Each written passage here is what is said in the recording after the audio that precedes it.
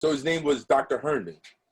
And I like stories. So he used to teach the Bible class. So he always had a way of explaining the Bible in which you can understand. Like, because there's so many different stories and explanations and like, I'll be honest with you, very confusing things within the Bible that is hard to understand and explain.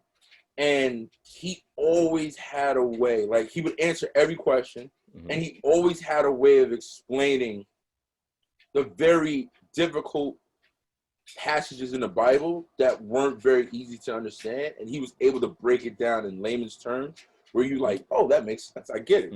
So I would say Dr. Herndon. Dr. Herndon was one of my favorite teachers. And what he said, he used stories and like kind of like analogies or comparisons. Well, he taught the Bible class. Okay. So the Bible is just full of stories and different things that were going on, and so it's like a history book. Yeah, but what would he do? What would he do that make it connect for you? That make it make sense for you? He would bring it into real life. So Here we go. I'll give you one of the examples that he gave was in regards to Jesus saving everyone from their sins and how he was able to do it. And I'll never forget how he explained it. He was like, okay, he was standing in front of the class. He was an older dude, but he was a slim, young dude. I mean, slim and fit. Yeah. And he always wore a tight shirt, tie, flexing. triangle tie. You know, he was not a big guy. He was like a shorter guy, gray hair. Yeah. Dr. Hurd, I'll never forget him. Dr. Hurd. And he explained it and said how before Jesus came, we were under the sword.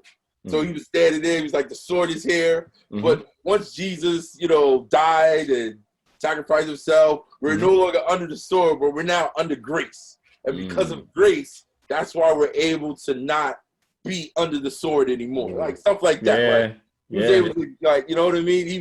He used his body, like he was just into it. Like, that energy. Especially, exactly. Yeah, it wasn't like, all right, so let's talk about the Bible.